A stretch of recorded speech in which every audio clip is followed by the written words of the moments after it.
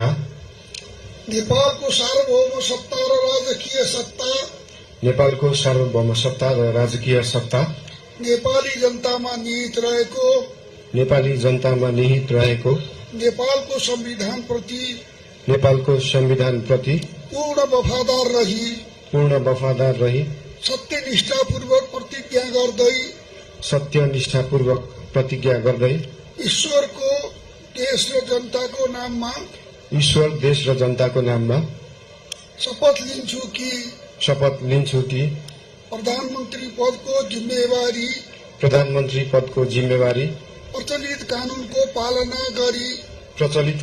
पालना गरी मुलुक र जनताको भलो चिताई कसैको डर नमानी पक्षपात नगरी पूर्वाग्रह वा खराब भावना नलिई ईमानदारीका साथ गर्नेछु र आफ्नो कर्तव्य पालनको सिलसिलामा आफूलाई जानकारीमा आएको कुरा म पदमा बहाल रहँदा वा नरहँदा जुनसुकै अवस्थामा पनि प्रचलित कानूनको पालना गर्दा बाहेक अरू अवस्थामा कुनै किसिमबाट पनि प्रकट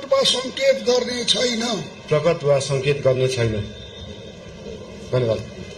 यसपछि नवनियुक्त सम्माननीय प्रधानमन्त्रीज्यूलाई आफ्नो आसनमा रही शपथ पत्रमा हस्ताक्षर गरिदिनु हुन अनुरोध गर्दछु।